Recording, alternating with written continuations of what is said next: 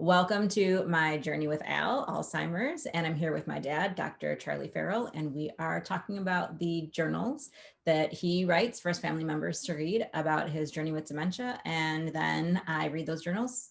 I interview him about it a little bit so that we can raise Okay, awareness. we're ready to go, girl. All right. So today we're going to be talking about my dad's second journal, and he titled it The New Normal. And in it, he says, we seem to connect the term normal to being stable. We all know that the only thing that is stable is change. So thus each day is new. Um, and so I was wondering, Dad, how did you get to the point where you were comfortable with change and with things that you can't control? Well, the reality is that I'm not comfortable with change like most of us are, Mm-hmm. but I understand that change is the only stable part of life. Yeah. So I try very hard to accept change. And the biggest problem that I'm having now is dealing with change that comes in the form of a computer or technology. Yes. And when I get up in the morning and look at my computer, it's always different than it was the day before. And it's very difficult for me to deal with that. Yeah. Fortunately, I have a significant amount of help. First off, Louise is very calm and helps me get through this. Uh, my son-in-law laws are very computer savvy and they help me as well.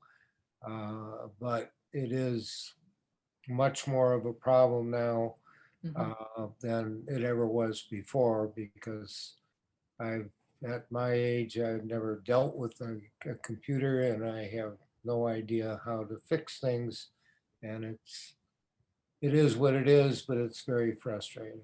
Right. And actually, that brings up something that you and I have talked about before that I think might be helpful for people. When in the work that we've done with the Farrell Foundation, quite a few people approached us and talked to us about technology for people with dementia. And not to say the technology doesn't work, but I think a lot of people don't understand that it can be a huge problem.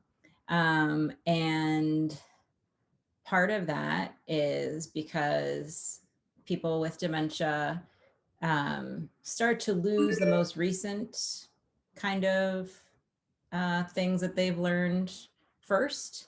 And for some of you, right, you didn't use computers when you were younger where you would have more memory, right?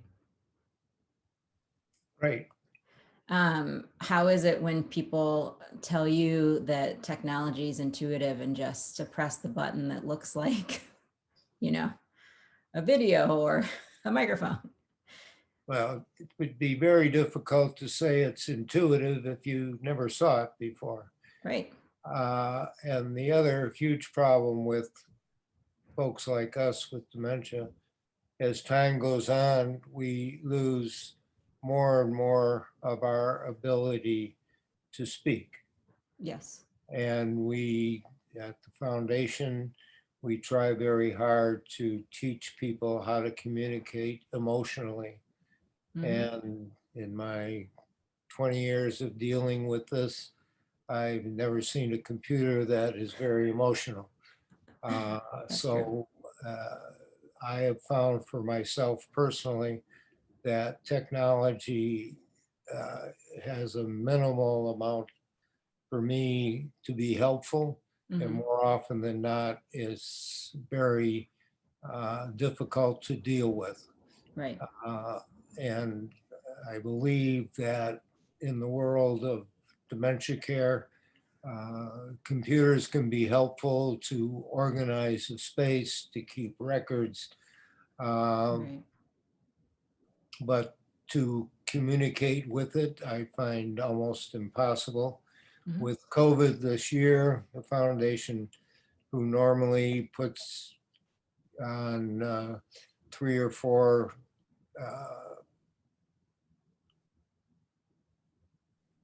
art opportunities a week.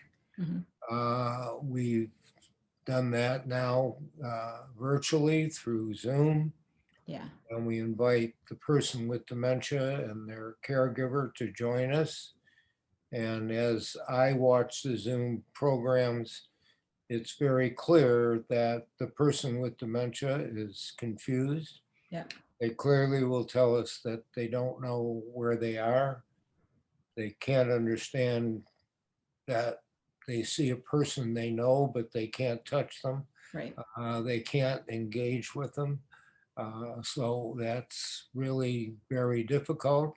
Mhm. And conversely, their caregivers, partners, know each other very well. So that Zoom session, which may go on for an hour, is very useful to them because they Mhm. can speak together and they can communicate together. But the persons with dementia find it's more difficult and frequently will leave the room or just put their head down because they can't deal with it. Right. I was working with somebody with dementia through Zoom and their family, and this person also, as with some dementias, have hallucinations.